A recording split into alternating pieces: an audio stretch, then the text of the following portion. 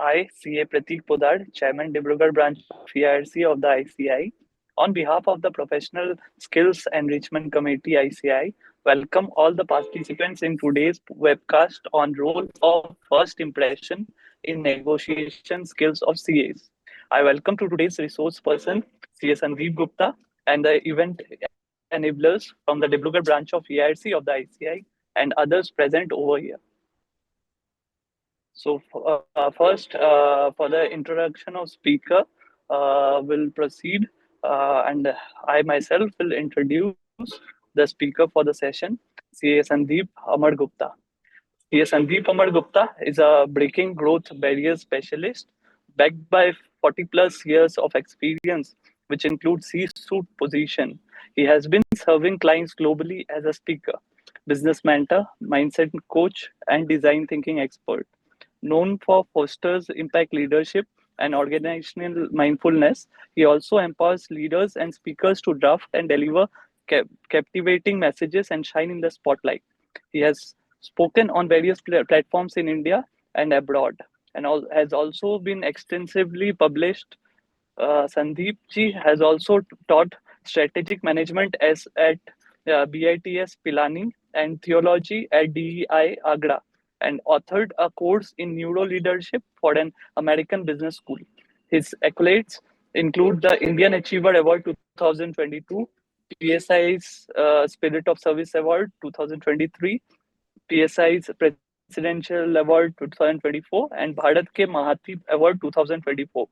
Sandeep's core philosophy in life and business rests in the maxim to excel and thrive in life. Nothing less than an integrated approach work, and nothing more is required. Currently, Sandeep ji serves as Treasurer and Member Executive Committee PSI. He was Chairman of Professional Speakers Summit 2024, an international event that attracts speakers from across the globe, and is the past president of PSI's Delhi chapter. Now let's directly get back to him and hear from him. Thank you.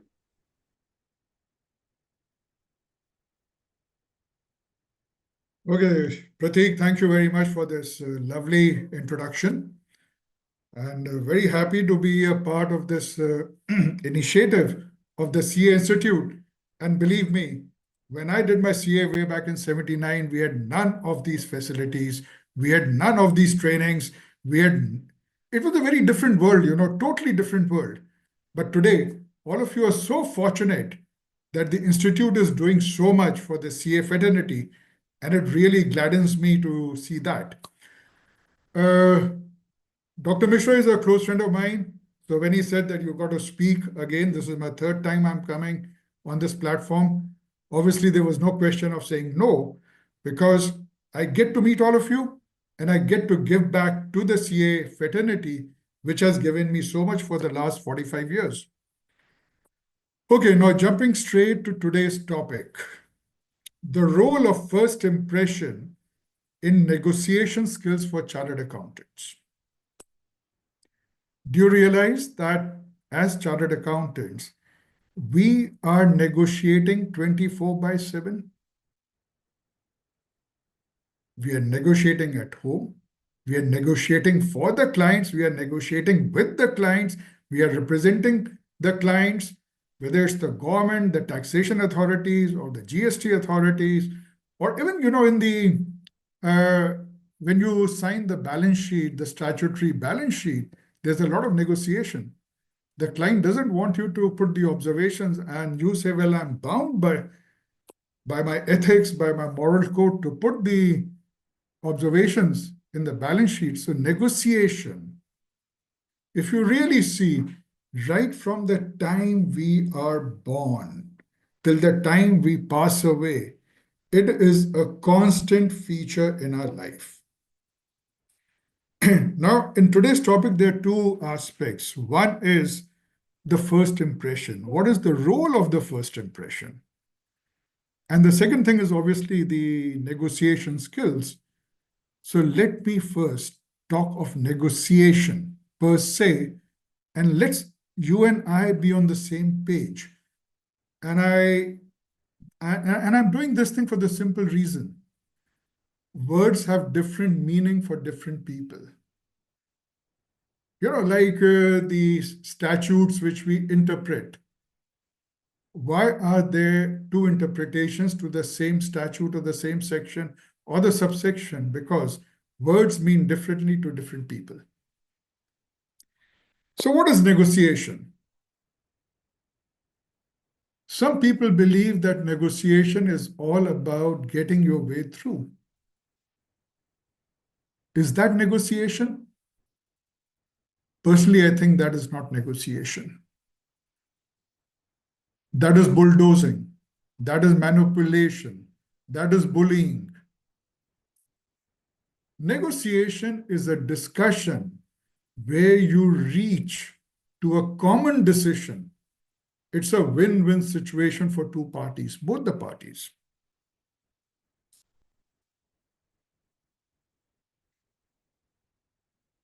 And how do we negotiate?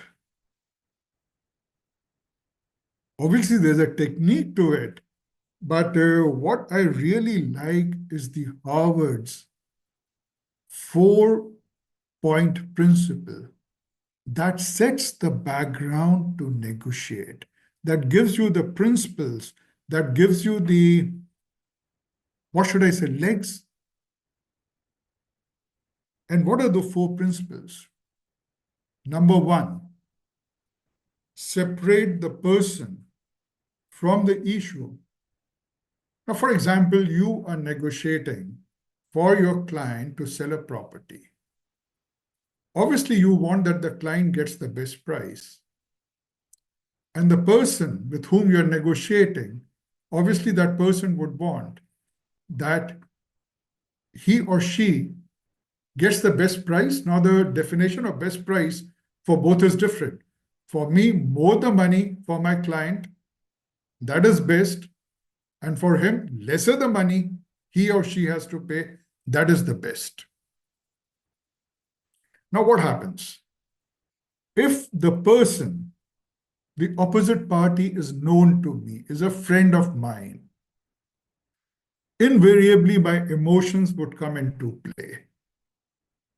And when my emotions come into play, I might fail to secure the best deal for my client. Therefore, to ensure that such a thing does not happen, so the first principle is separate the person from the issue. The issue in this case was getting the best price. So I separated the buyer from the issue. And when I separated the buyer from the issue, I was able to focus totally on what my client wants. These principles also apply in personal life. They apply to every situation. The principle number 2, your arguments, your negotiations should not be position focused, but they should be interest focused.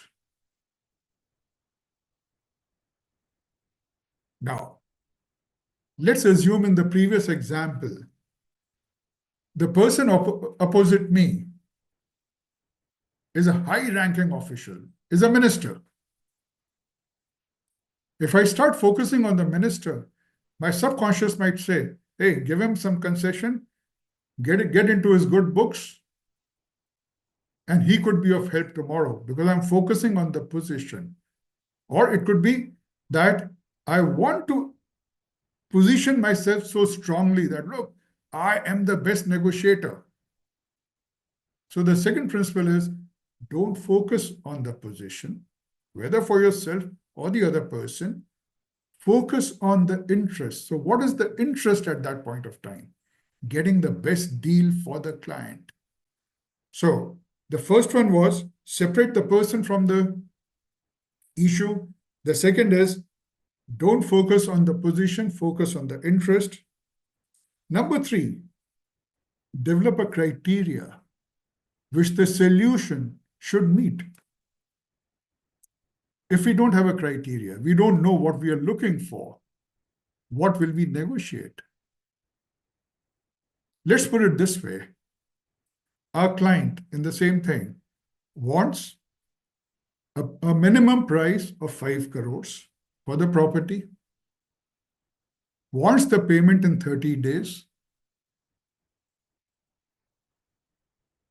wants the person should be from a particular class or category. If these conditions are well decided, if this criteria is well laid out, what's going to happen? When I sit down for negotiations, negotiations, I'll be clear. 1, 2, 3, and I'll tick.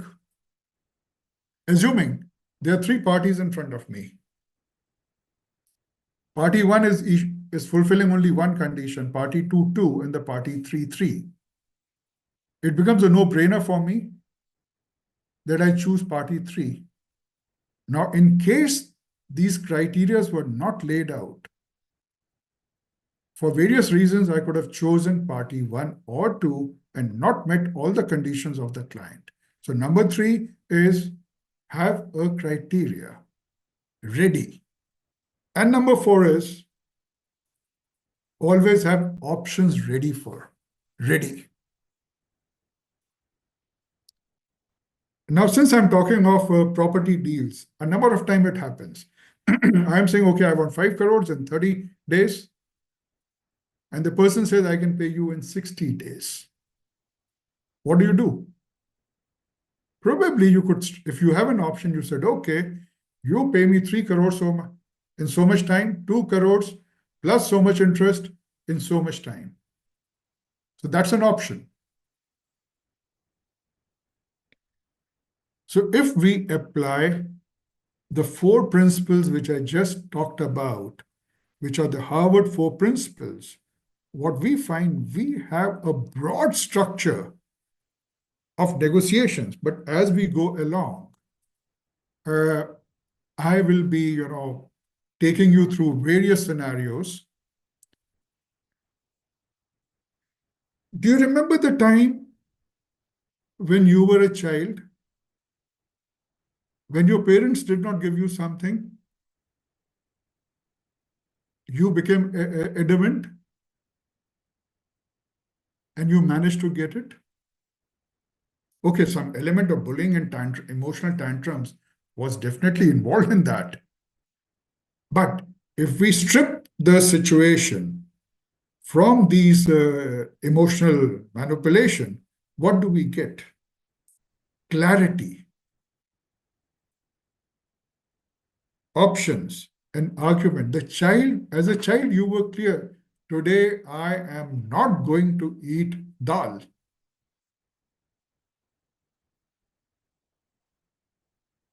Your mother would say, you have to eat it. You would say, no, you did not make my sister eat it or my brother eat it. Why should I eat it? The argument, a valid argument, which your mother cannot refute. And 3, the option. You promised me I will have an ice cream instead of dal. Where is my ice cream? So as a child, what did you do? You expressed your desire. You're not going to eat it. You told your mother that, look, you can't be partial. And at the same time, you also gave her a clue that what you want. So if you really see, children are beautiful negotiators. But what happens as we grow up, other considerations come in. We get defocused. As a result, our ability to negotiate stands reduced. Like I started with saying that, look, a negotiation is coming to a common agreement. So for a good, effective negotiation, what we want is cooperation, not competition. The principle of cooperation, overrules the principle of competition. When do you get the best fees out of your client? When you cooperate with the client.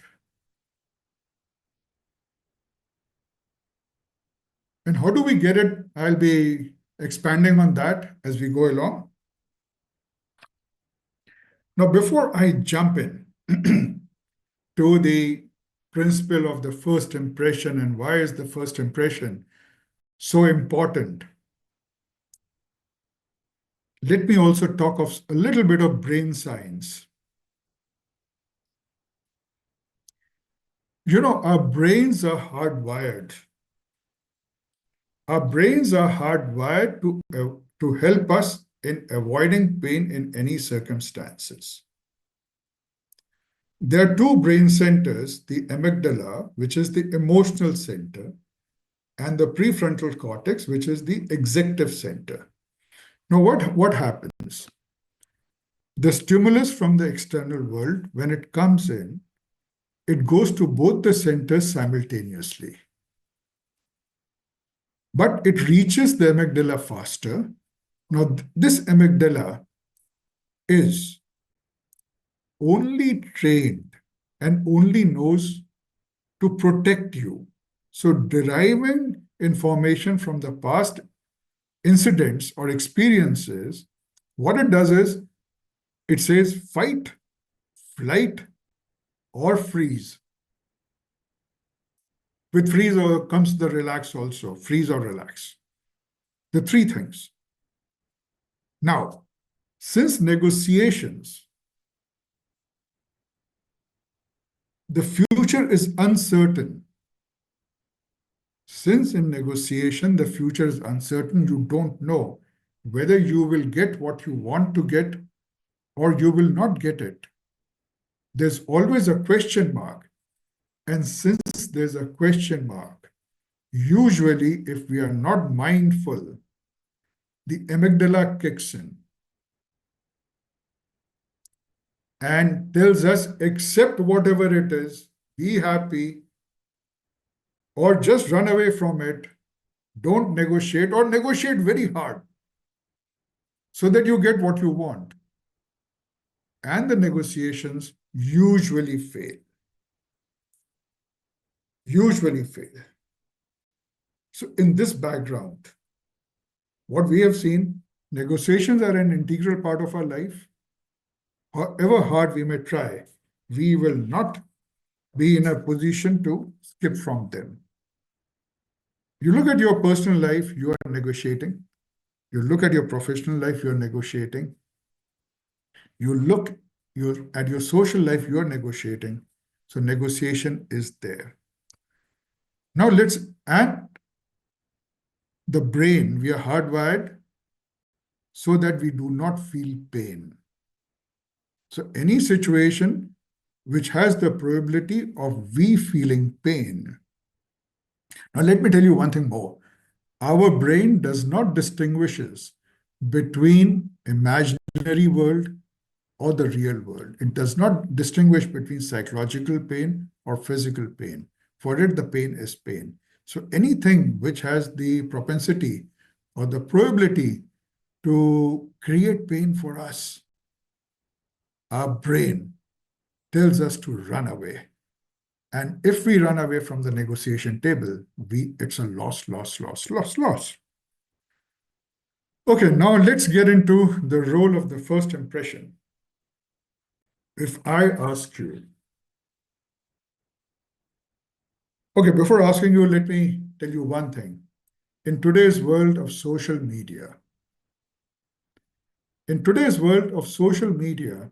your reputation precedes you or your meeting the opponent. The moment you come to know that, okay, I got to negotiate with Sandeep Amargupta, what do?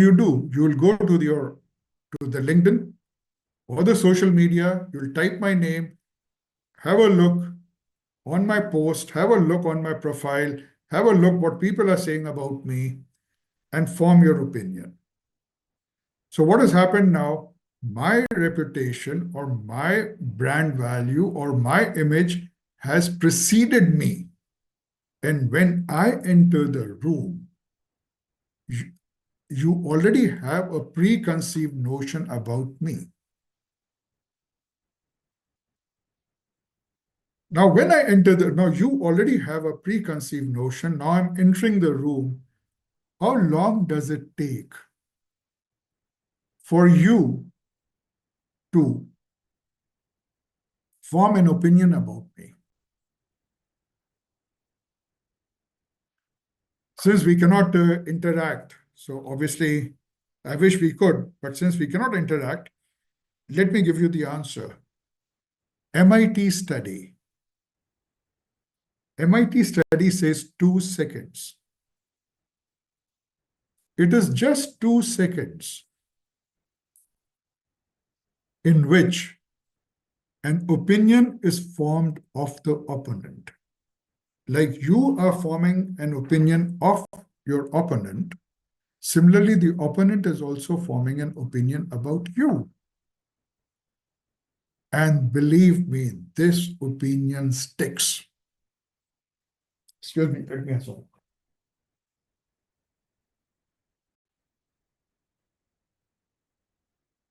Believe me, this opinion sticks. And once this opinion is formed, even if a lot of additional info comes during the negotiation phase, there is every probability that you will disregard all additional information which is coming in about me and stick to the opinion which you formed in the first 2 seconds.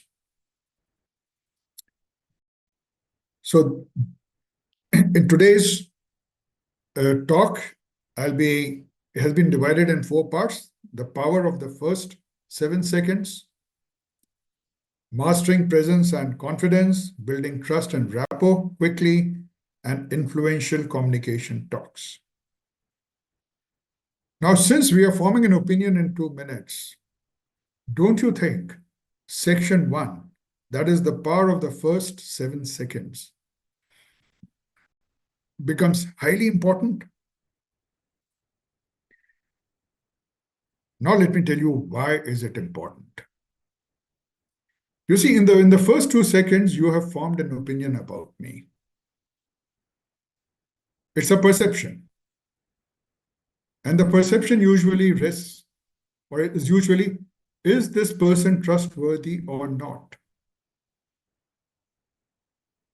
And if you get a sense that I am not trustworthy, you can imagine for yourself, how would you react internally? What would you think? And the other thing is this person open to collaborating or not? And the third thing is this person all ego, only I, or we?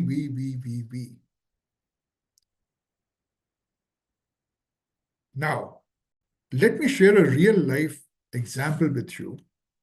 You know, in 1874, Benjamin Disraeli and Gladstone were fighting the election for the prime ministership of UK.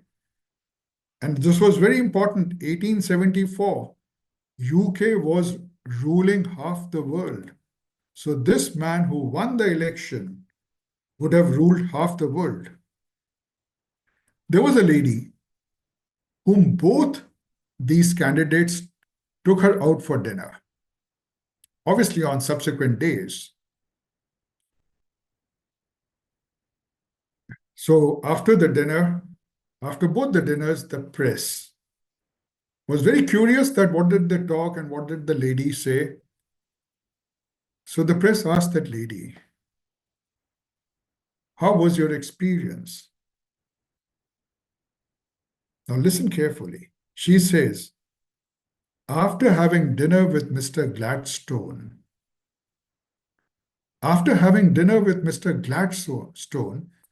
I thought he is the wisest man on earth. And after having dinner with Mr. Benjamin Disraeli, I thought I was the most intelligent woman on earth.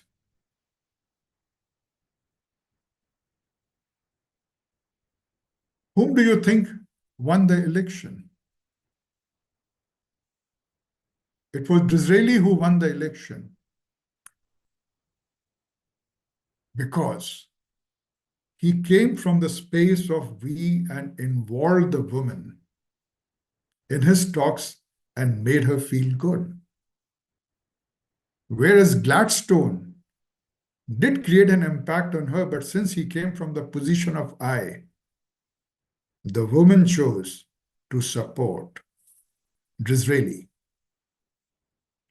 And both Gladstone and Disraeli were, in a way, negotiating with the woman for support. Okay, let's move forward. Like I said, our reputation, our brand value precedes us. Do you know? It hardly takes any time to tarnish the reputation, but it takes a lot of time to repair the reputation. Now, since this is a fact that it hardly takes any time to tarnish the reputation, and it takes a lot of time to repair the reputation, the first 7 seconds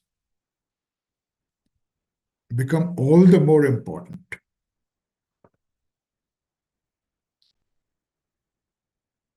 Research also says that if in the first 7 seconds you are perceived as competitive,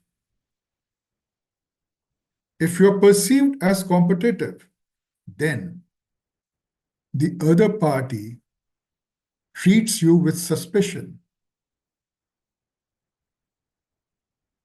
If you are perceived as being tough, which a lot of us do the mistake, atak jate hain, we just become obstinate, we don't budge, we don't listen, we say, no, I have said it, it has to be done this way, or I'm getting off the table. What happens? The information flow between both the parties, and that is very critical. Unless information flows, there can be no negotiations. That stops. Result: subpar negotiations. Subpar negotiations. Again, MIT, analyzed what was involved in a number of successful negotiations.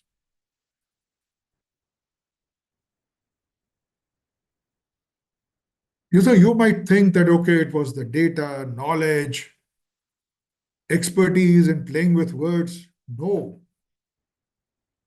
it was not that. It was warmth. When do you connect with the other human being? When both the human beings exchange warmth, they welcome each other. And what does this warmth does? This warmth builds trust. It signifies sincerity. It signifies friendliness, kindness. And believe me, people love to do business. People love to be friends with. People love to negotiate with people who execute warmth. And surprisingly, 80%, the factor of warmth had an 80% quotient in the success. So all the negotiation skills, all the data, knowledge, law only contributed 20% to the success of the negotiation. 80% was the warmth. The warmth which the person perceived in the first 7 seconds.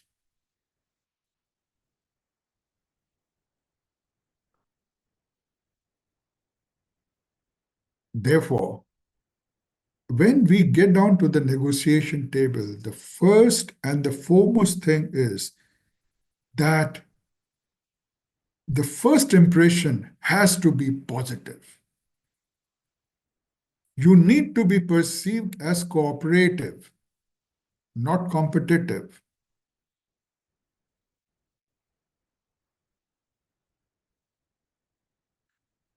Because in case you are not perceived as competent, you are not perceived as cooperative, you are perceived as competitive, tough, etc., etc., the probability is that the negotiations might not go through. And even if they go through, it'll be more of a transaction in nature than a relationship in nature. Because negotiations have got the power to build relationships also. Whether it is life or business, the essence of growth, the essence of development is relationship, not transactions. Therefore, the first impression is a highly critical and an important thing. Now, the question is, how do we develop the first impression? Because what I'm saying is only knowledge, right? Unless we have tools, it's meaningless. Knowledge is like a bullet. Knowledge is like a bullet. Action, the tools which help us to apply the knowledge, is like a gun. Knowledge without action is meaningless, like a bullet without a gun is meaningless. And a gun without a bullet is meaningless. And similarly, an action without knowledge is everywhere and nowhere. You might seem to be very busy, but you are doing nothing, achieving nothing. Now, why does this first impression, why am I giving so much importance to the first impression? As chartered accountants,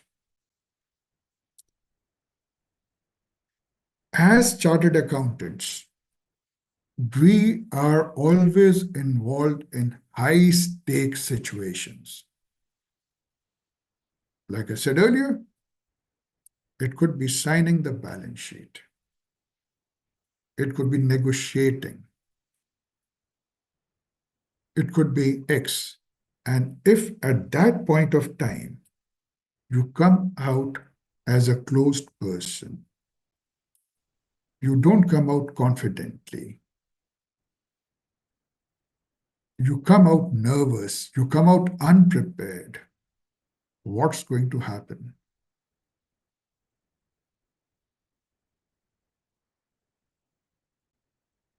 The other party will perceive you as a weak person. Your client would not be happy, and you would land up missing the boat. So now this brings me to how to master the first impression.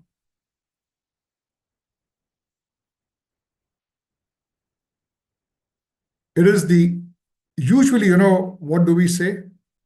Appearance. Yes, appearance is important. And more important is the body language. Let me also give you a small statistics over here, a research finding. In 17 milliseconds,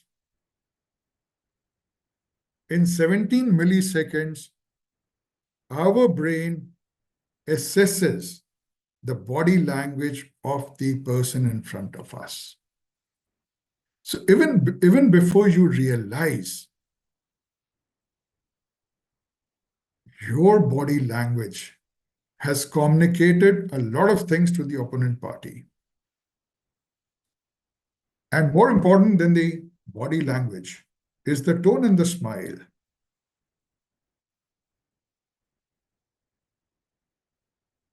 Tone and the smile. Now, let's take a simple thing. If you want to say, I love you to someone, how will you say it? I love you. Hey, I love you. That will have no effect. On the contrary, the person would just run away. So the tone, I love you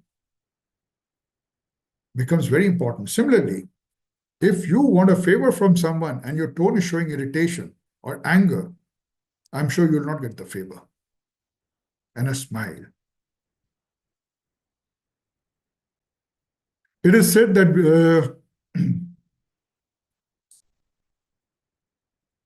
it is said that beauty launches 1,000 ships. And I say a smile opens millions of locks. And believe me, a smile is a very powerful tool. And you can try it out in your personal life and professional life. Now, let me give you a small anecdote from my personal life.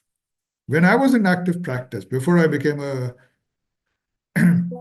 coach and a trainer, and I started doing this work, my team, which had done the internal audit of one organization, they messed it up. And since they messed it up, obviously the management was very angry. And they committed certain very serious faults. So I was also worried because I thought that my work could go away. Now, this is probably 1984-85. That is the time when a friend of mine told me, he said, look, when you go to meet the managing director, don't skirt the issue, but you got to ease the situation so that there's a dialogue. What did I do? I went there, opened the door, and probably the guy was waiting to blast me off. I said, sir, hands up. My team has created a problem. I smiled. I said, first, you fire me. And I said this thing with a smile. And what happened? The person immediately smiled. And the moment he smiled, his anger went down. And we got to the discussion and we found a solution out. I call this thing the ABC. A standing for appearance. You got to be dressed for the occasion. You're going shopping, right? You cannot be dressed as if you're going for a wedding. And when you're going for a wedding, you cannot be dressed as if you're going for a holiday on a beach. You got to be dressed as per the occasion. Number two, your behavior. From behavior, what I mean is demeanor. What is your physical body communicating? Because there are certain things over which we believe that we can control, but the truth is you just cannot control. And if you ask me, why am I saying this? You see, whenever there's a stimulus, it goes inside us. It goes to our mind and brain. And our mind and brain reacts. And that reaction is basically the emotion which we express. It's only after we have expressed that emotion that we realize that we have done it. And if you look into yourself, you'll find the same thing a number of times. It's only after you have expressed yourself, good, bad, ugly, whatever it is, or done something, and then you say, "Arey yaar, how come this? How come I did this?"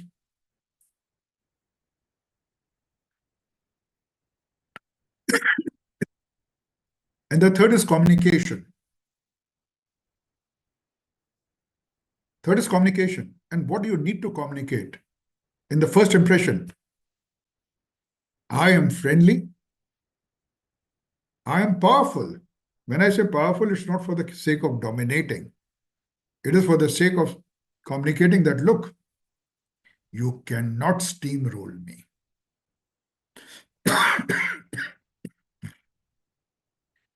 So by first expressing I am friendly, you have said, okay, I've come here for negotiations, I'm open, but then communicating I'm powerful, you cannot take me for granted, and I'm your ally, means I am with you. There's a common purpose involved. So ABC is the heart and soul of the first impression. Now let's look at what are certain specific things that we can do to have a good ABC.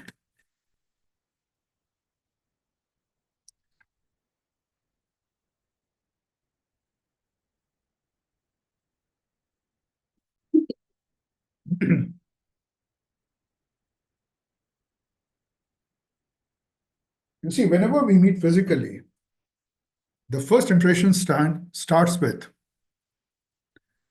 show of hands. You do a namaste, you shake hands, or you say, hey, come, man, come. There's a historical reason for this thing, and there's a psychological reason for this thing.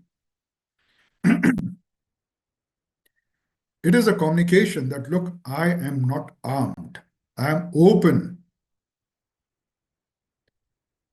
You see, because earlier, what used to happen? Survival was a big thing. So people had to protect themselves.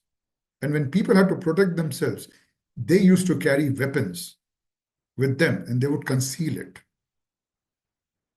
Therefore, you must have seen in a lot of movies, right? They say, okay, give the weapon. The security guys, they check the person, etc., etc. So first is show of hands. And when you open your hands, it's a communication that you are unarmed, and since you are unarmed, you will not harm the person. Number two, expand your posture. Whenever you win something or achieve something, what is your posture? Your posture is straight, broad, you expand yourself because you are feeling like a king. You are executing. Confidence. And you must have seen that whenever a sports person wins, what do? They expand their size. They'll go like this. They'll go like this. When they're standing on the podium, when you get an award, you don't feel like this. You do this. So when you expand your posture, you are sending a signal of confidence.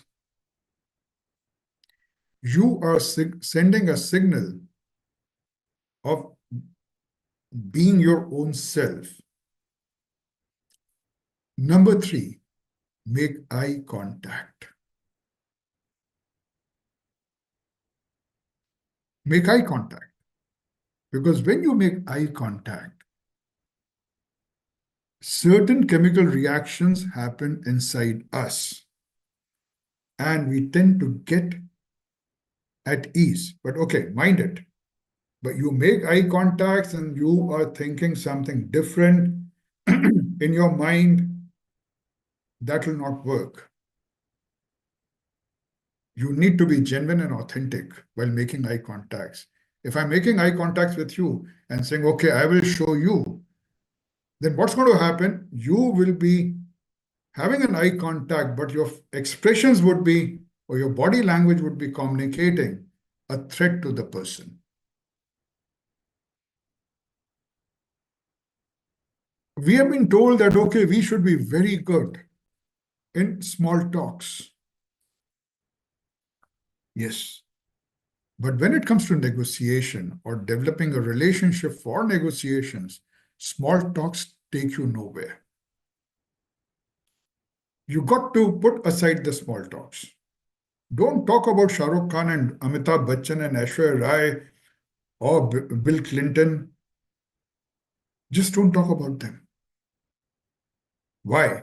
Because the energy level or the emotional level of the small talk is a flat over a period of time, which does not engage the other person to be interested in you and get to know you better, and vice versa.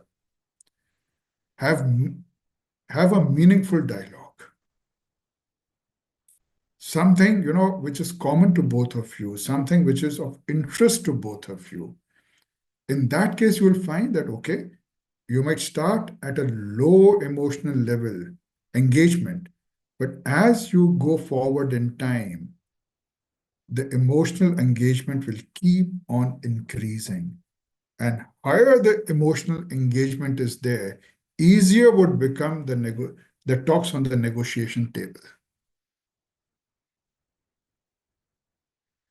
At the first opportunity, if they're of your same age or the culture permits, take their permission and start calling them by their first name.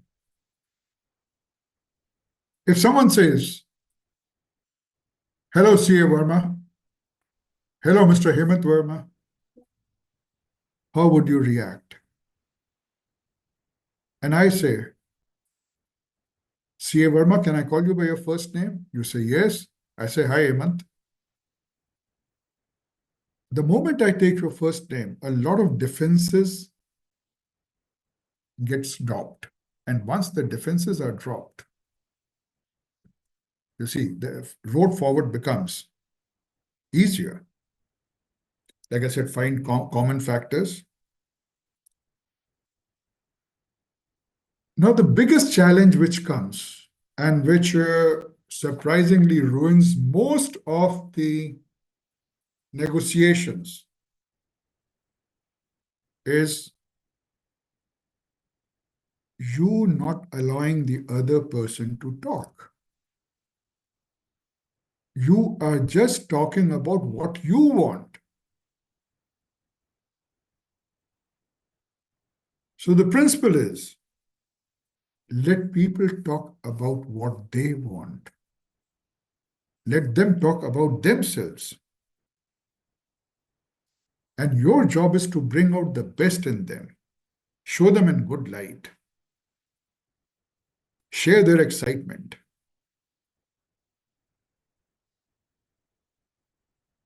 And remember, best conversations which lead to negotiations are not about what you say, but what you hear. Because the less you speak, the more the other person speaks, you are getting all the more information you are getting. And the more information you get, higher is the probability of you successfully, meaningfully, and cooperatively getting what you set out to get. So this was about mastering the first impression. And all these things, well, some was an overlap which will come later. But yes, fundamentally, all this happens in the first 7 seconds. So this is the reason why first 7 seconds are very important. Psychologically, it's called thin slicing. Thin slicing because it says, because you don't have complete information about the person. You are forming an opinion on minimal information. And you must have seen whatever I've shared with you is more internal than external. There's hardly anything external.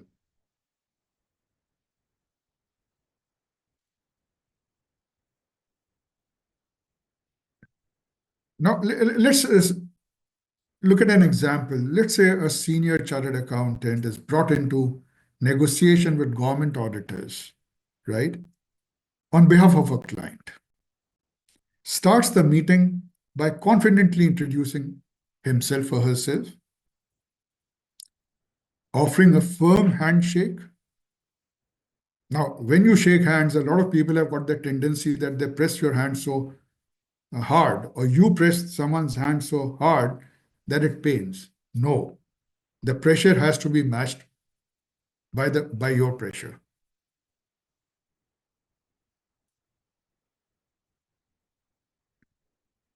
And greeting the auditors by name. I remember, when Bansi Mehta used to be the president of CA Institute. Now, Bansi Mehta, I think, was the president of the CA Institute in 83 or 84. So I had gone to meet him. He had called me. And I did not know him. This was my first meeting because someone had arranged that meeting for me. We had this building at this thing, ITO, where the headquarters are still there. I was standing at one end of the corridor and I saw him coming from the other end.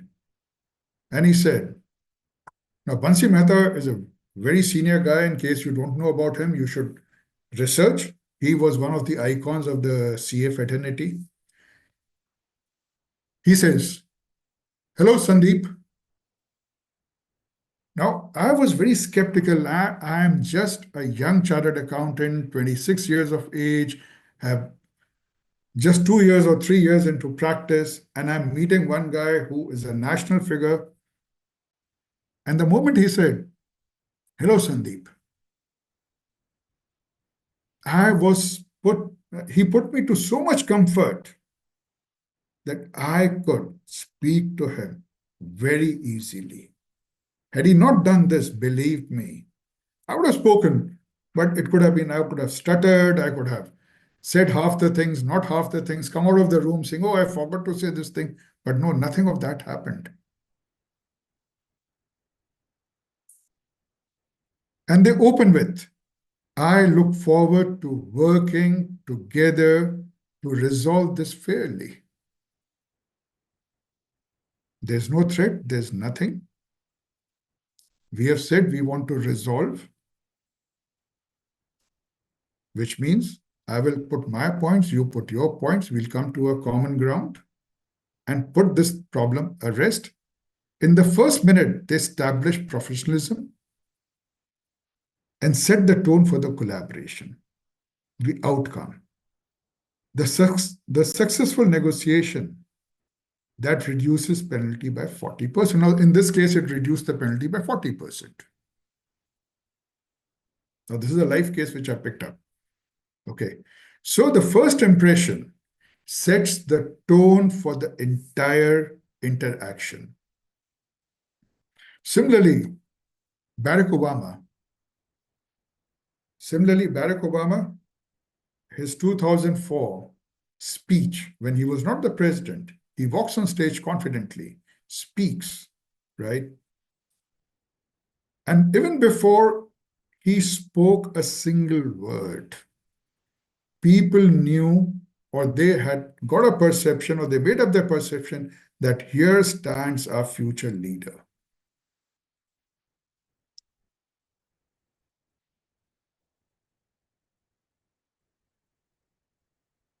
So with this, let's move to the second dimension, because of mastering presence and confidence.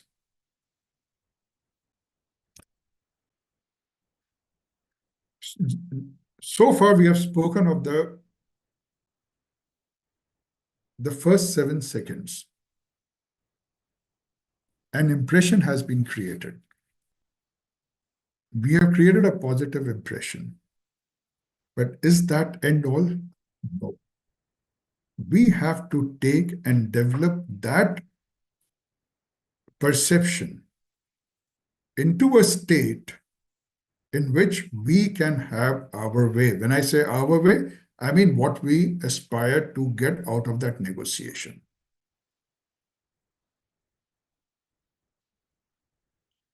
So the second thing is mastering presence and confidence. Now, presence and confidence are both developable skills. You can develop them. What does presence mean? Presence means being fully engaged in the moment. No distractions, no fidgeting. You are focusing. People can feel it when you are present, and it instantly commands respect. You don't have to go far. You're sitting in your office. Your client is speaking, or one of your partners is speaking, or one of your subordinates is speaking to you, and you are looking at your mobile. Now let's reverse the situation. You are speaking to someone, and that person is looking at the mobile. How would you feel? Obviously bad. You might also feel humiliated, insulted. Invariably at home it happens. The wife or the husband is saying something, the father or the mother is saying something, or your brothers, sisters are saying something, or children are saying something. Ask yourself, are you really present when they're saying that thing? I can assure you, you are not present. We are never 100% present, but this is a developable skill.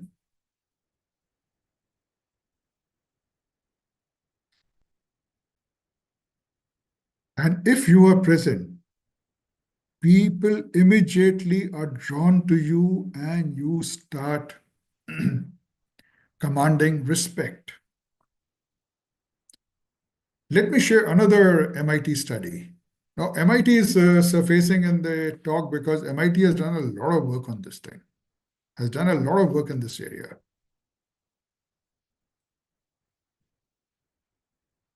And what does this study says? It says 87% successful prediction of negotiation. What they did in the study, they just observed people speaking. They were not hearing. They just observed them that they were speaking. Based on the body language and the tonality,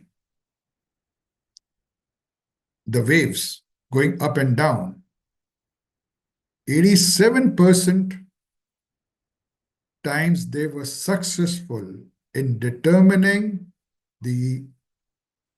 predicting the outcome of the negotiations. Is this not very surprising? 8.7 times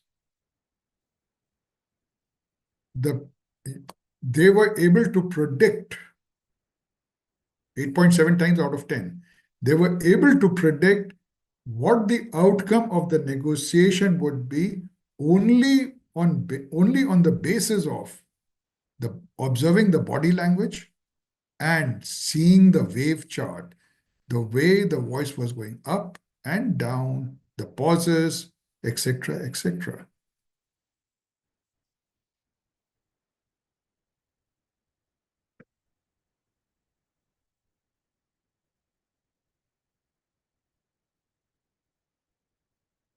And when you are present, okay, now before moving ahead, let me also share with you, there's a Harvard study that 47.9% times your attention is not inside you. It is outside you. You'll be sitting in office, working, and all of a sudden you'll start thinking of home. You're sitting in home, talking to people. All of a sudden, you'll think, oh, I have to go and see a movie, or I have to go and play golf, or I have to go and do this. 47.9% times you are not there, which means that what you assume to be 100% productivity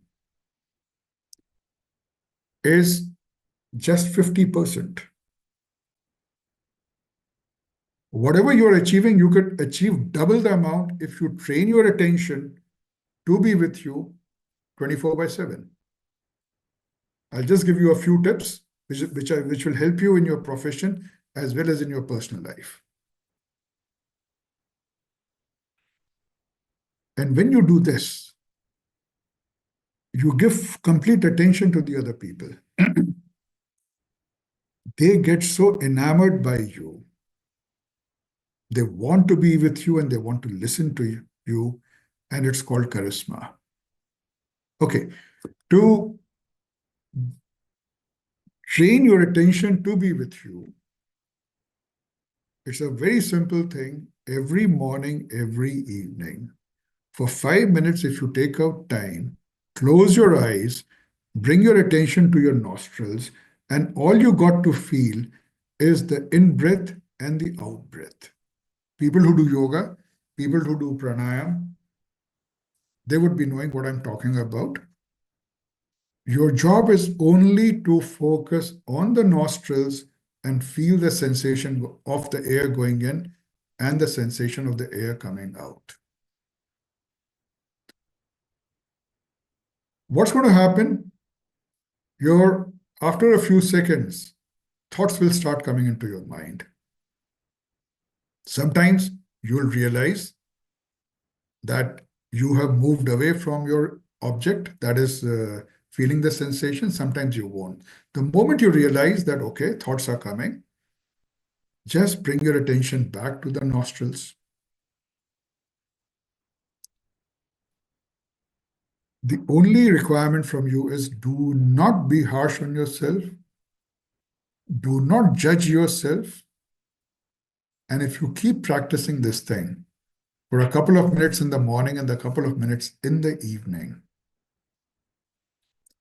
what you will find, or just do it one time in the morning or evening, whatever is comfortable to you, you will find that in 15 days' time, your ability to focus on something in a sustained manner has started increasing.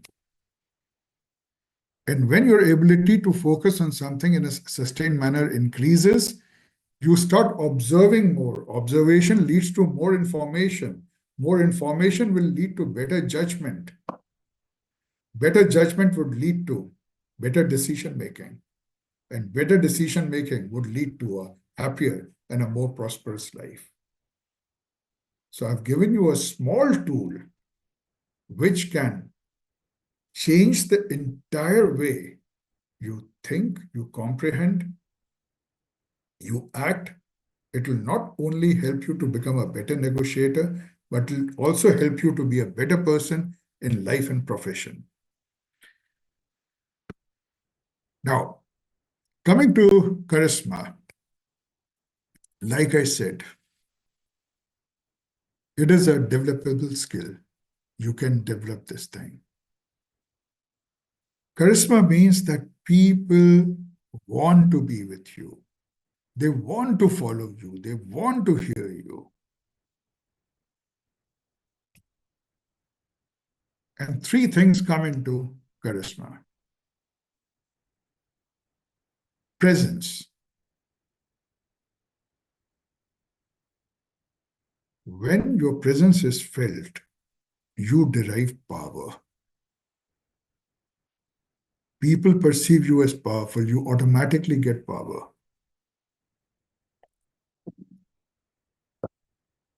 And the relationship with the other person improves because being present and making the other person feel special, warmth is being exchanged. If warmth is being exchanged, the other person is perceiving you as powerful and you are present in the situation. Don't you think you will be a better negotiator? You will definitely be a better negotiator.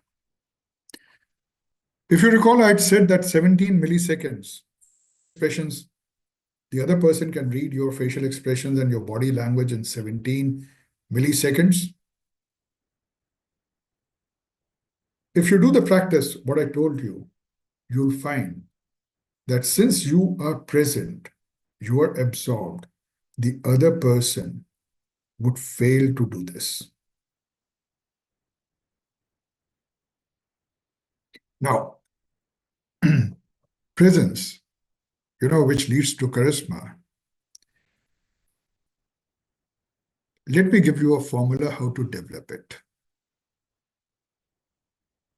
I've just spoken of the attention part just now. There are three more parts to it: observation, pause, and acceptance. Now, your left brain might be telling you that, look, the topic was negotiations and the first impression, and Sandeep is not talking about that. He's going everywhere. Let me tell you, my friends, negotiation, 90%, 80% is internal. It's only 20% external. So unless you prepare yourself for managing the 20% which is external, you will not be in a position to negotiate. And what I'm giving you now is how do you prepare yourself internally? It doesn't mean that you're not a good negotiator today. You are a good negotiator. You have all the skills, but what I'm giving you will improve your ability to negotiate. You will become a sharper negotiator. You will become a more privileged negotiator, a more popular negotiator. Okay, so this is the AOPA formula, which I derived, after going through the ups, downs, turnarounds of life. It's my proprietary thing, but I'm more than happy to share it with you guys. First is the attention, which I just spoke about. Second is observation. When I say observation, or anyone says observation, we start looking externally. Yes, that is observation. But the bigger observation is what is happening inside you. Because your internal and external, they work together. Whenever you want to create something, where does the design emerge? The design emerges in your mind. You create a picture, a scenario, which gets translated into something tangible in the physical world. So the internal world, which is non-physical, and the physical world, which we all know, they are very intimately connected, and the internal world guides the physical world. Nothing can manifest in the external world, that's the physical world, without it manifesting in the internal world. So observation. Now, whenever there is a stimulus, a stimuli, like I talked of the amygdala and the prefrontal cortex, I talked of emotions being the expression in physical form. So what I say, mind's relationship with anything and everything expressed physically are the emotions.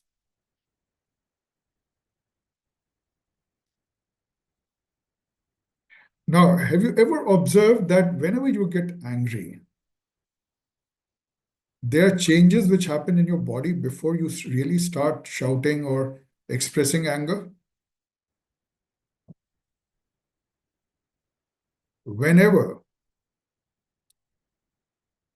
you are happy and you express it in a big way, but before you express it, have you ever realized that there's a small physical change inside you?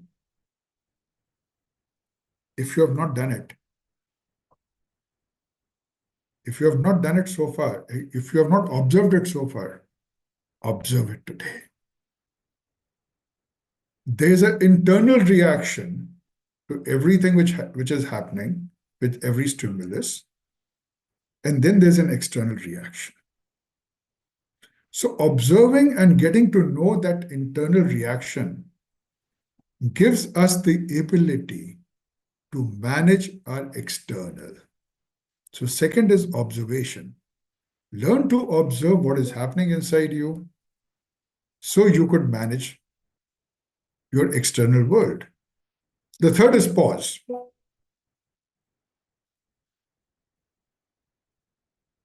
Now, what is pause? Pause is that small difference or time, or that small element of stillness between two actions. If you really look at it, even the in-breath and the out-breath, there's a small element of stillness. If you try breathing, after 2 minutes, you'll get exhausted. The breath is, there's a pause, and then you exhale. Now, this station of stillness, or the gap between the action and the stimuli and the reaction, is the space you got to put your finger on. And it's not difficult, it's very easy. It looks difficult. All you got to do is have a clear intent and just do it. Now, what happens, like I told you earlier, amygdala, the stimulus from the external world is coming in, it first goes to amygdala. Amygdala, since it is trained and hardwired to protect us, it will say fight, flight, or freeze. Now, if we put our finger on pause, if we learn to put our finger in that gap and utilize that pause, amygdala goes in the background, the prefrontal cortex comes into play. That is the executive mind. And the executive mind tells us it might have been dangerous 10 years back. It is not dangerous today. Or this man or woman would have done this thing so many years back. But then he or she was a different person. Today, he or she is a different person. So your entire perception, reaction to the situation changes, which is very helpful. Otherwise, what you are doing is, or what the human psycho does, is that we try to address the present on the basis of the past, forgetting that the past has changed. The past is no more relevant to the present.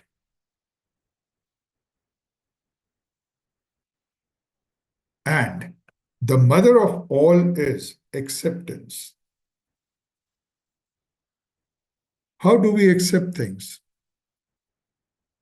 We always accept things with a rider. For example, let us say you are negotiating a bank loan for your client. You go to the bank manager, and the bank manager, does not give you the amount you want.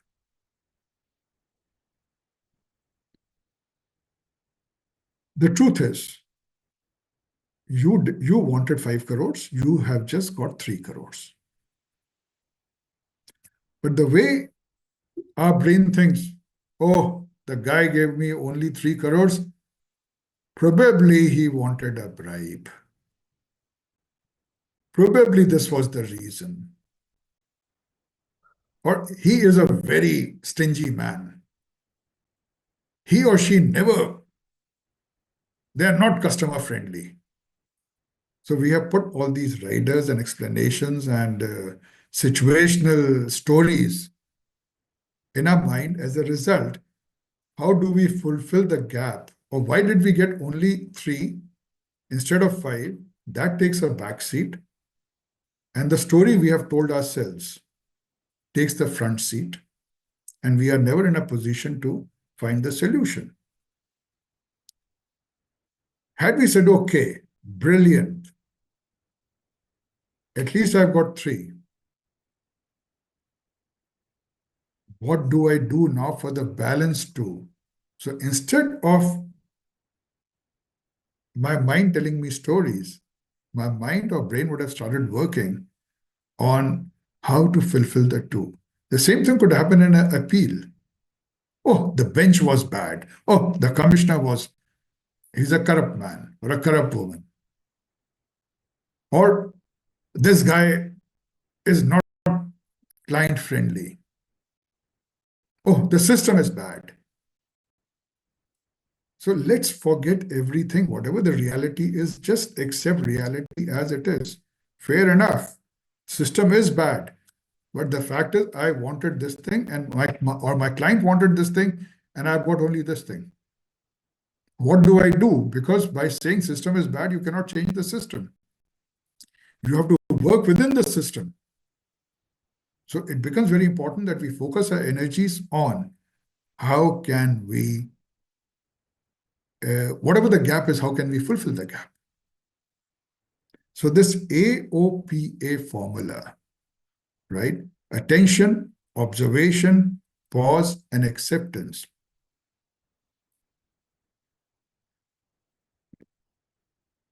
Believe me, is a highly, highly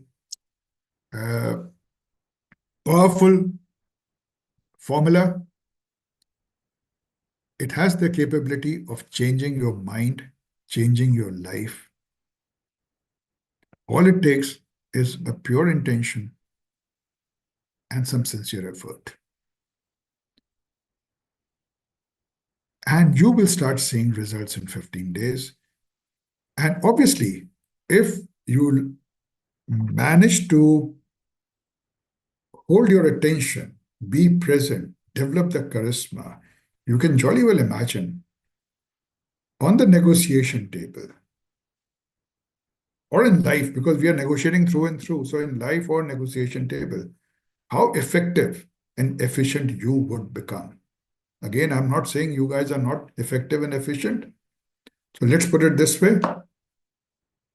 Would you not like that you become more efficient and more effective? And this will give you the handle. This will give you the ability. It will empower you to handle tough situations with confidence. It will give you the ability to not react emotionally. And I'm sure you must have seen this thing. You're sitting on the negotiation table. I say, no, this is not acceptable to me. And the other person says, you are being very stubborn. I'm going. The deal is off. What is the person doing?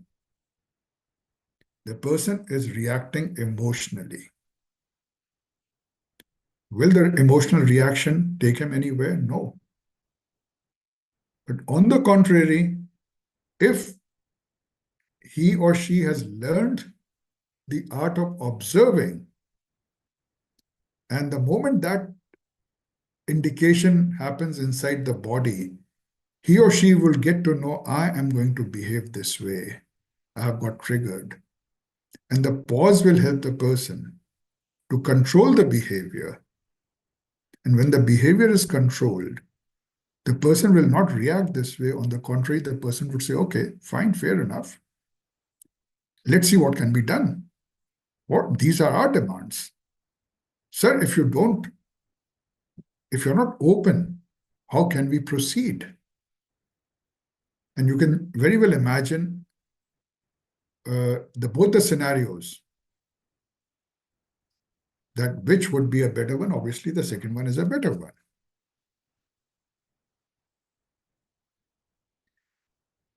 Now, let's take this story. Now, this is a very CA-specific example. A junior chartered accountant presenting a high-value investment strategy to a skeptical board of directors practiced extensively with their mentors, anticipating every question. During the meeting, their composed demeanor and clear answers silenced doubters and earned unanimous approval. Now, I shared this thing with you for the simple reason, just to tell you that, look, confidence isn't innate. It is a skill which you can build by preparation and practice. The more you are aware, the more you prepare your case, you would be more and more confident. Presence without confidence will not serve you. So you are present and you are confident. you land up getting the upper hand. So now, first impression was a positive impression, the first 2 seconds, and the 7 seconds, whatever happened. Then you are showing your presence, you're building on that. Now you're bringing in confidence. What is happening? You are getting into the driver's seat.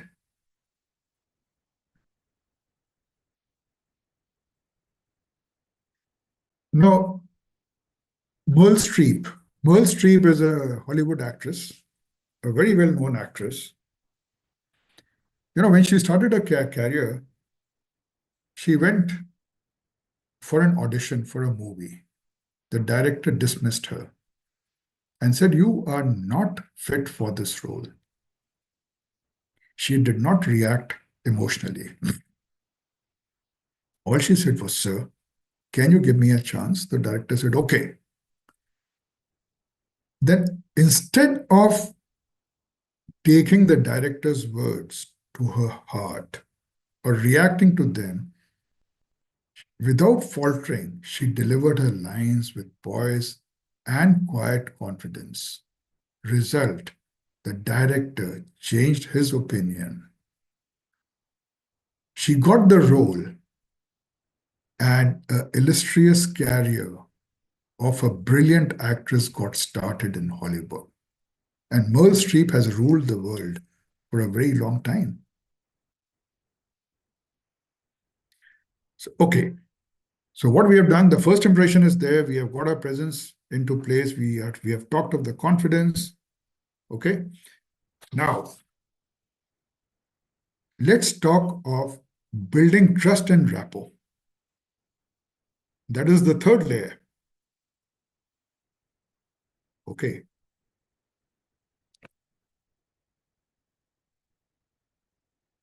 Like I said, okay, the first impression. What is the person looking for? Trustworthiness. People are looking for, can I trust this man, this woman, this professional? Why do your clients stick with you? Do you think they stick with you because of your competence or some other reason?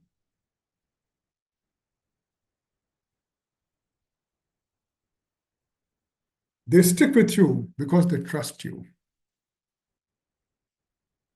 You are good in your work, but then there are many others also who might be equally good or better than you.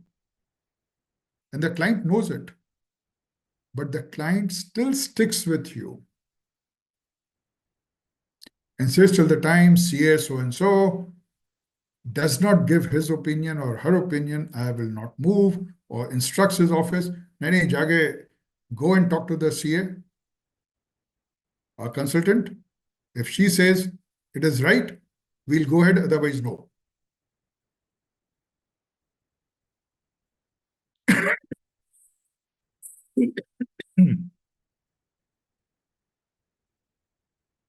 So what is excuse me. Yes. So the client sticks with us, with any professional, because of the trust factor. And let me share with you, I have stopped active practice 10, 15 years back. I'm more into speaking and helping leaders evolve and organizational development, consultancy, etc., etc. But still, there are certain clients of mine. When they are confused, they pick up the phone and speak to me and they take my opinion. And believe me, even a junior person might be better than me today in terms of the knowledge and the skill sets. But it is the trust factor which still keeps them bringing back to me. And how do you develop trust?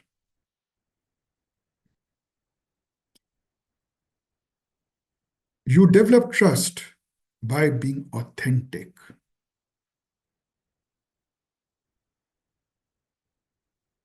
Now, when I say authentic, what does being authentic mean? You are being true, non-manipulative. You are operating out of the concept of we. You don't have any intention to defraud the person or exploit the person. Authentic, genuine, transparent. And again, these things come from inside. They are not external. So the success of the negotiation and the first impression also is greatly, greatly influenced by how authentic you are in your purpose, thoughts, and actions. Number two, communication. The clearer you communicate, higher is the trust factor and the rapport.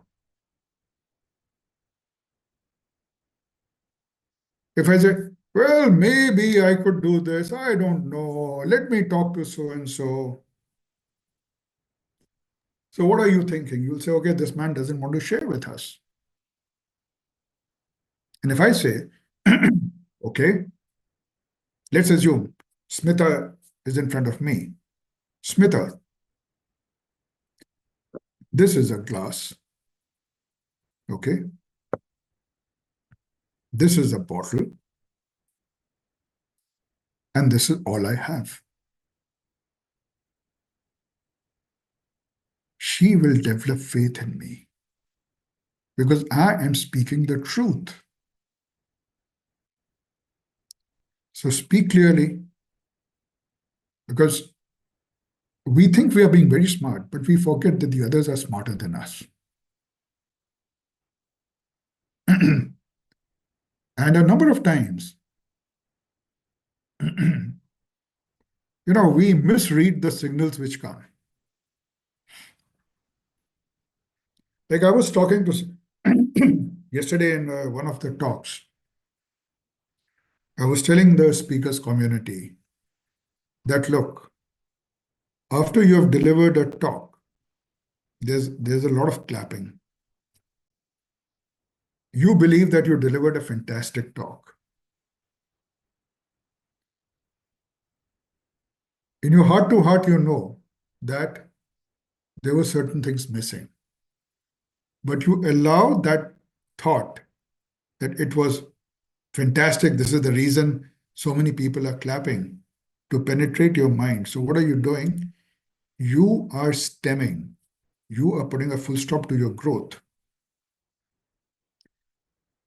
Like we have the concept of lifting the corporate veil, correct? So, okay, now if you lift the veil over here, what would you find? The claps were not for your delivery. The claps were for your content. The claps were for you coming on stage, or could be any other thing.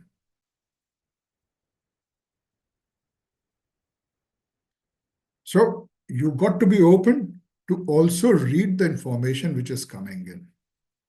And when the information is confusing, not clear, ask questions. Simple principles. Lastly, show empathy.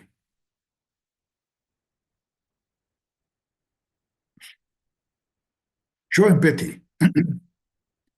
Actually, I'm not a big fan of empathy, because what happens in empathy, it's a psychological process. You start feeling the pain or the joy of the other person. And if you don't cut yourself off at the right time, what happens? That pain and joy becomes your pain and joy. So I'm a great promoter of compassion. Empathy plus ambition becomes compassion. So when you feel the pain of the other person and you bring in the ambition to help the other person out of the pain, so the entire mental interaction shifts from a particular part of the brain to the other part, And then his or her pain does not become your pain and you can achieve your purpose. And this principle equally applies to negotiations also. And when you're confident of compassion, it directly impacts the first impression. Because in the first impression, that compassion will come out in your demeanor. And how do you do all these things? First is self-awareness. Now, what I have been talking about is bringing about a change in yourself so that you can make a better first impression. And when you make a better first impression, you are more successful in negotiations. Let me ask you a simple question. Can you repair an engine without knowing the engineering of the engine? No, you cannot. So, can you, applying the same principle, can you change yourself without knowing why do you think and behave the way you do? You cannot. So the first thing becomes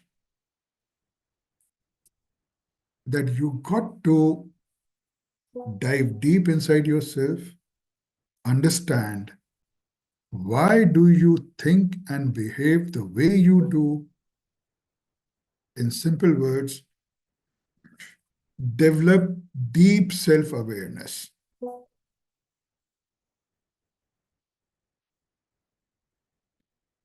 Number two, active listening. Ask yourself, do you listen to answer or do you listen to understand? Impatience in us, our egos, our beliefs that we know everything, pushes us to listen for answering.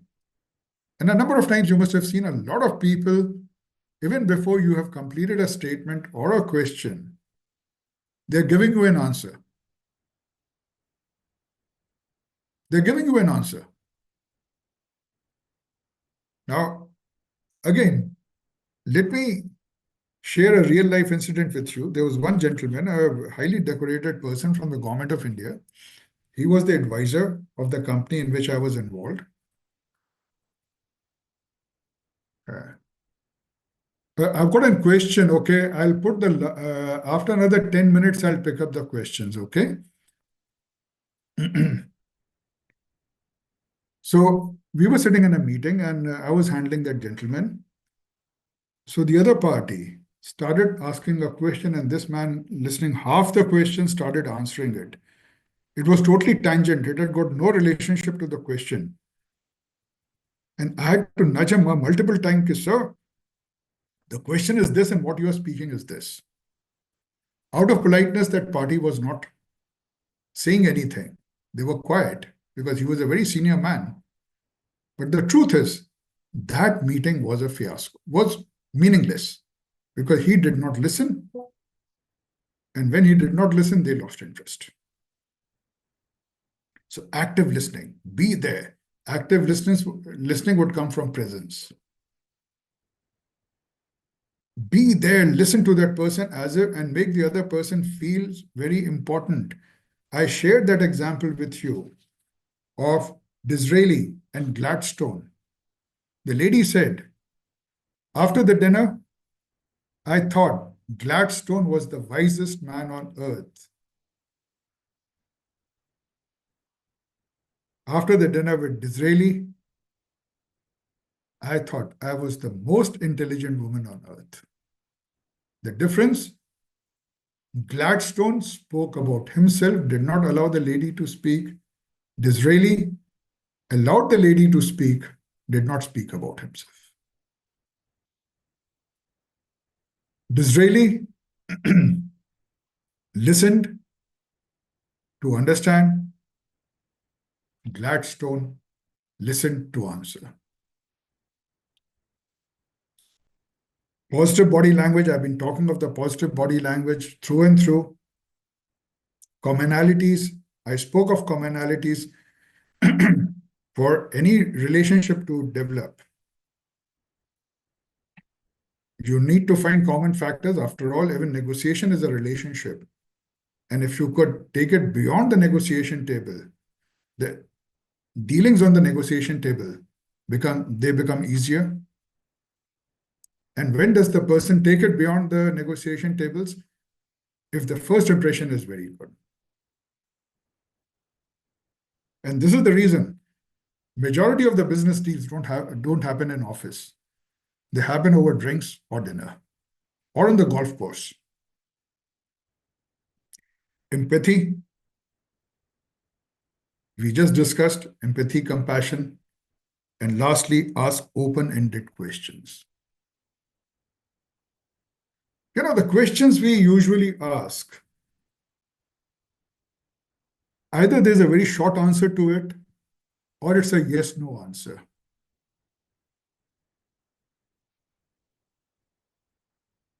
For example, like it rained in Delhi 2 days back. If I say, it rained in Delhi, so obviously the other person would say, yes, it did rain in Delhi. Full stop. And if I say, it rained in Delhi, and when it rains in winters, it becomes a problem. So I've given an opportunity to the person to add on to it. Yes, it becomes a problem.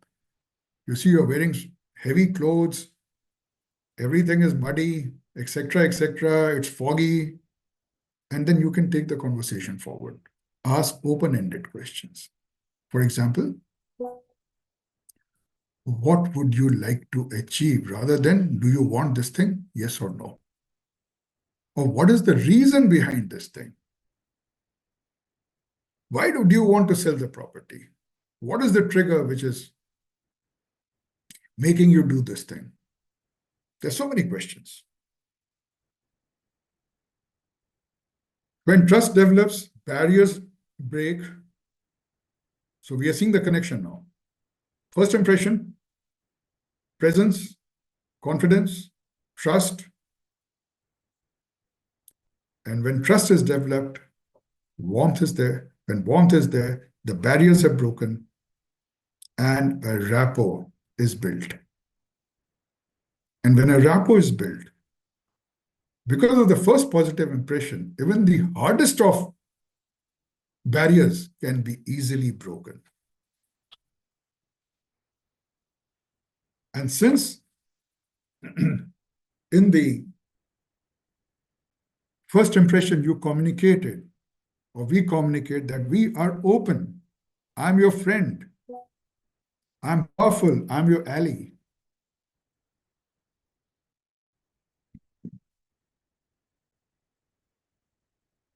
The person feels this person is reliable, integrity-filled, ethical, transparent.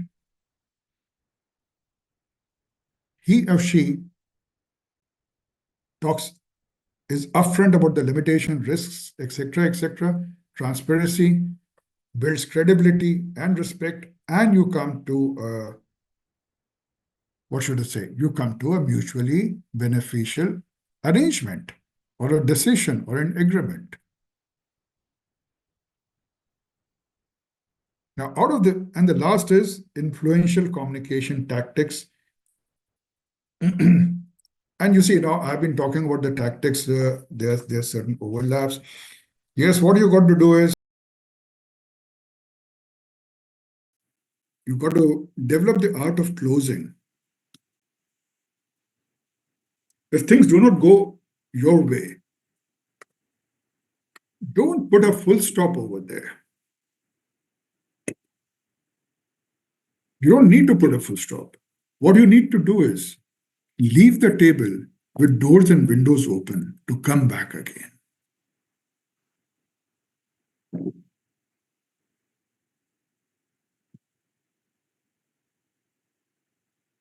For example, we are in January, Feb, the budget would come. There could be certain changes. Let's say there's a situation we are negotiating. So how do you close the? You say, okay, we summarize the key points of the discussion, restate the values, and then say that, look, we are on 17th January.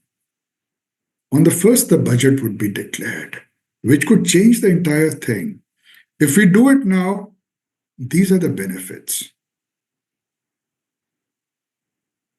So let's think and come back and reconnect after 2 days, 3 days, 4 days, so that we don't lose this opportunity. So what have you done? You have landed up creating an opportunity within a closed opportunity by talking of the benefits and the advantages of to the other party and to yourself. So what we have gone through is the general principles of negotiation. We also looked at the neuroscience. How does the brain, the internal reactions, the neuroscience of the mind and brain influence the first impression and the negotiations? And how is the first impression? How does the first impression influence the entire cycle of negotiations?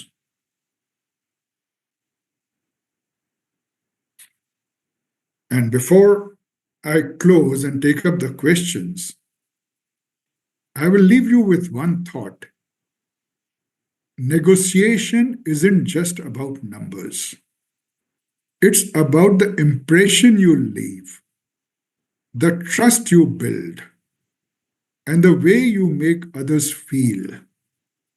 Master these skills, and you'll only win negotiations, you'll win relationships. Let me repeat. Negotiation isn't just about numbers.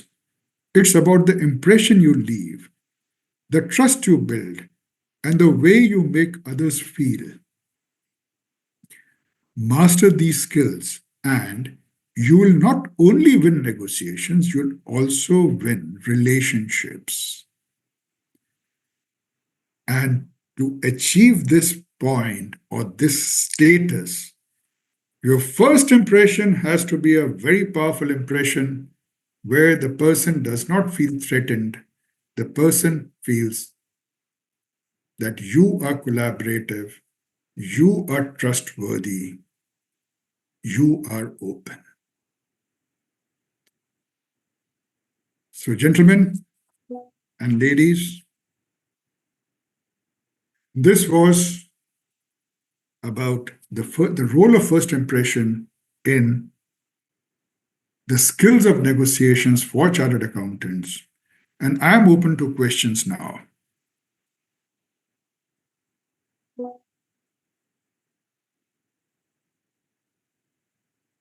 Okay, there are 3 questions in front of me. How does making a strong first impression enhance a CA's credibility during negotiations? You see, the first impression, if it's a positive one, when I say a positive one, what I mean is then an impression which communicates that the chartered accountant can be trusted, is open to hearing, listening, is open to collaborate.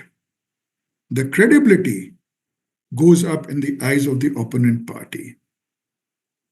And once this situation is established, this equation established, not situation, equation established, then comes how good and knowledgeable is the person and how well prepared is the person.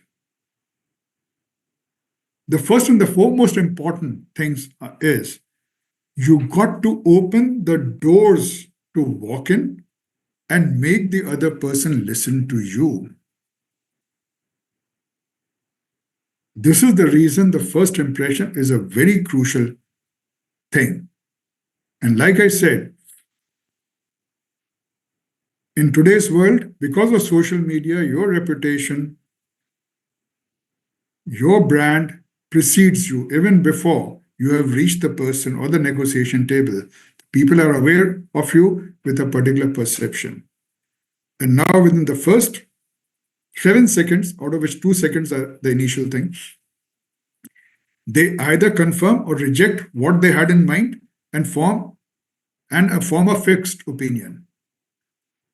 If what they had in mind, they are seeing something different, they'll alter it. If they're seeing what they had in mind, it gets fixed. And to change that during the course of negotiations is very difficult. So if you are the negotiator, a chartered accountant, and you are negotiating for fees, you're negotiating with authorities for your client, you're negotiating with your partners, you're negotiating with your article clerks, with your staff. Negotiation is an inherent part of human life. And what is negotiation? Just don't look at negotiation from the standpoint of buying and selling. Look at negotiation from a larger perspective. What is negotiation? A discussion to come to a common understanding. I hope that answers the question. Second one, what are the key elements that contribute to creating a positive first impression in professional negotiations? What I've been talking about are just the key things. Look, this concept of professional and non-professional is a myth. It's a fictitious concept. Only the scenarios are changed. If I ask you, how much are you a professional and how much are you a private person? You cannot answer. You are the same person who is at home, which you call private. You are the same person who is in office, which you call professional. The principles which apply at home equally apply in office. Only the scenario changes, the words change, the context changes. Principles are the same. And the principles are trustworthiness, relationship building, speaking with clarity. So there's nothing, if in my thinking, there's nothing as professional negotiation. Negotiation is negotiation. The only thing is the context is different, the scenario is different, the situation is different. Question 3. Can a poor first impression be overcome in subsequent negotiation interactions? And if so, how? The poor first impression can obviously be changed. I would not deny it, but it is very difficult to change. It takes a lot of time. You got to work 10 times harder.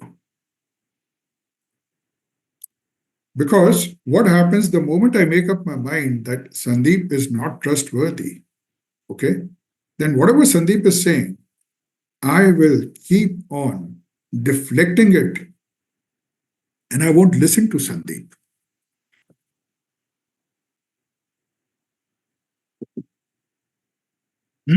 I've created that shield to protect myself from Sandeep. And since whatever Sandeep is doing and saying is not reaching me, obviously I'm not changing. So it's very difficult to change the first impression. Therefore, it's very essential that the first impression, we should work hard and make our first impression the best impression.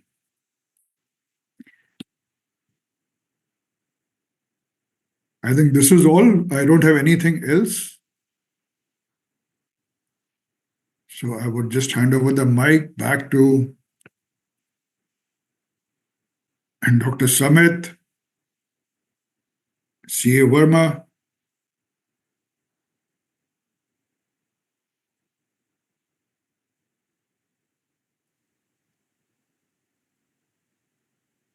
It has been such an honor to be a part of this wonderful webcast on role of first impression in negotiation skills for chartered accountants, organized by the Professional Skill Enrichment Committee ICAI. On behalf of the Professional Skill Enrichment Committee ICAI, we would like to extend our heartfelt gratitude to our speaker, CS Sandeep Gupta ji, for his enlightening session. Sincere thanks to the event enablers from the Dibrugarh branch of EIRC of ICAI who enabled the webcast throughout. A wide round of applause and thanks to the organizer, Professional Skill Enrichment Committee of ICAI, our today's speaker, CS Sandeep Gupta ji, and other stakeholders who made the webcast a memorable one. Finally, we would like to thank all of you present here and helping us to make this webcast a grand success. Thank you, one and all.